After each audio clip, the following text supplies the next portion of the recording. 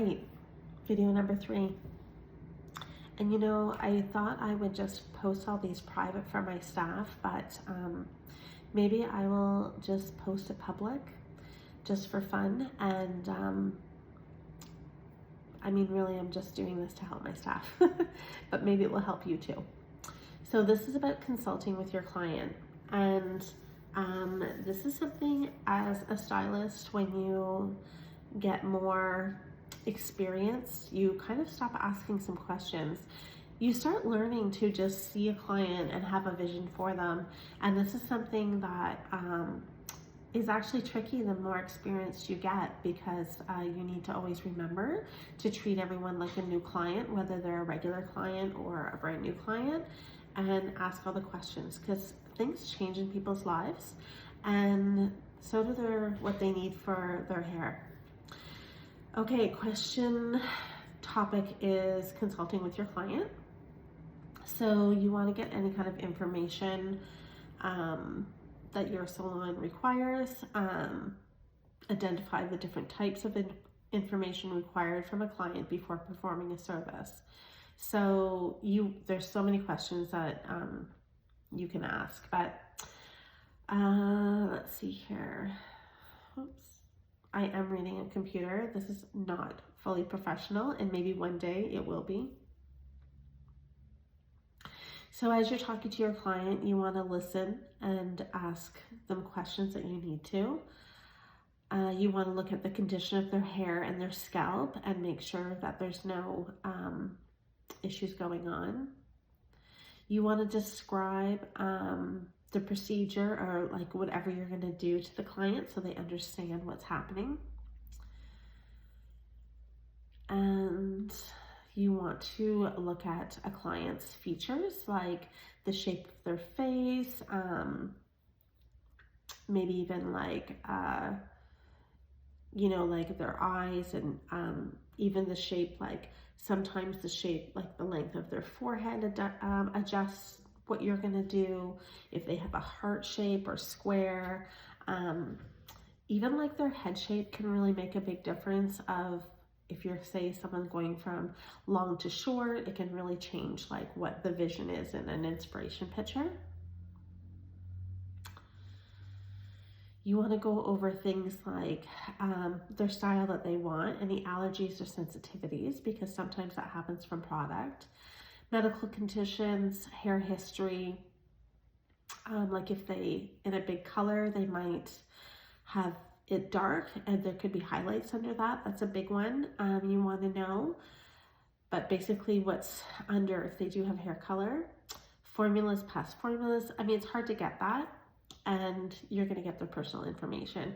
And that can be for various reasons, because you could have to get in touch with them after the service for any reason, or just in general from booking, and you need to get a hold of them before. You want to look at the condition of their hair, and that's obviously if there's any previous chemical treatments, products that they use, their hair history, and unfavorable scalp conditions. So if they have things like psoriasis or dandruff, or you know, things like nits and all those types of things, you want to look for. The features that you're going to look for are things like their skin tone, and that's really important for picking a color. Their hair type, their profile, face shape, growth patterns. They could have like a wicked cowlick and they want bangs, just as an example, or they want to go really short and maybe like the crown of their head has a really big whirl. And then services you're gonna talk about the services that is included that day. So styling, cutting, any chemical service, maybe a scalp treatment, and different shampoos and conditioners that you use. The different documents might include any kind of like manufacturer specifications, like things like when you think of extensions, you know, you want to make sure that you're explaining to them like how it's all used, but your manufacturer that you use, like the brand, they may have specifics as well. Even like a perm, that's going to have rules, like about not washing for a couple days, or color can do that too. So understand like the rules for using the different products.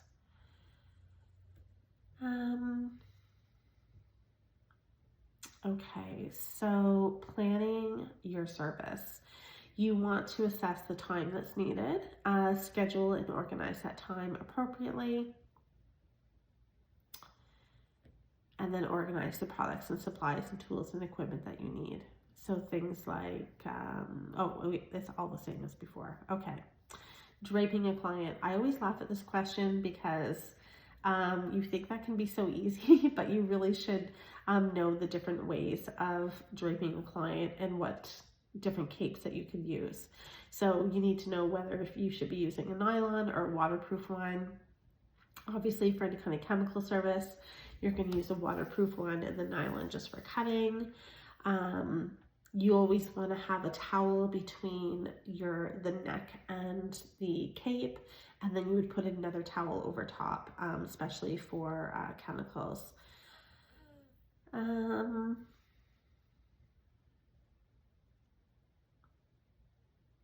And basically it's to protect the client, but also their clothing and anything like that. Okay.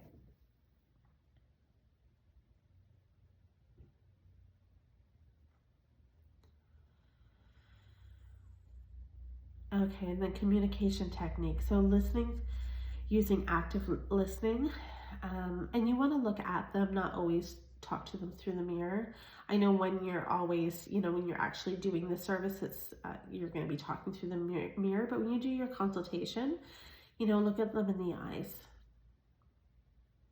You want to make sure they understand what you're going to do, and especially if it's a corrective color or any kind of fixing someone whatever mistakes has gone on. You just want to make sure they really understand what you're talking about.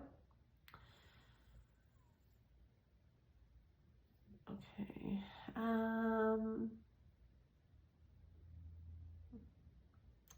A lot of this repeats, and so that's why I'm taking a pause, because I don't want to keep repeating the same thing.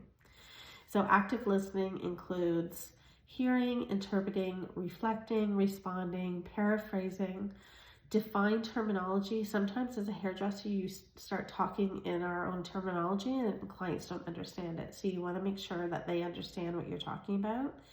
And then describe the importance of using effective verbal and nonverbal communication with people in the workplace. And that's another part of communication is all the people that you work with.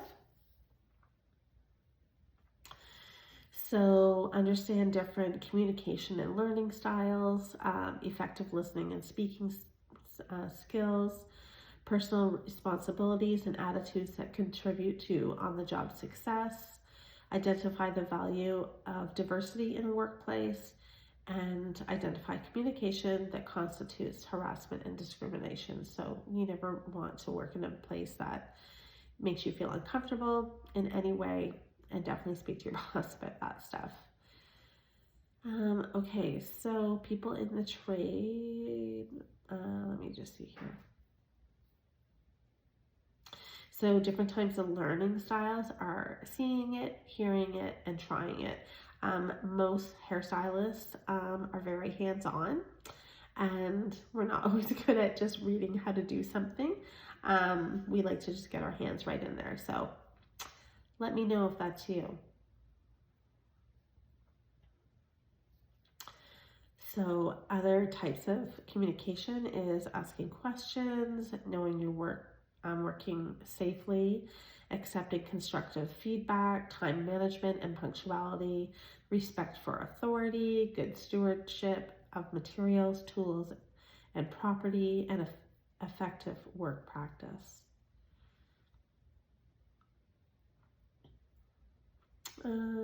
Okay. Next question topic would be using mentoring techniques. So this comes, if you're watching this, you're probably trying to write your exam, so you're probably an apprentice. So you want to make sure that you are being explained the objectives and the point of the lesson. the steps required to demonstrate a skill that is performed, practice conditions that are set up so the skill can be practiced safely by the apprenticeship and learner, performance of apprentice and learner improves with practice to the point where the skill can be done with little supervision.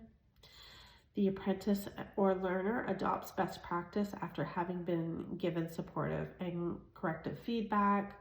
Technical training is completed within a time frame prescribed by the apprenticeship authority.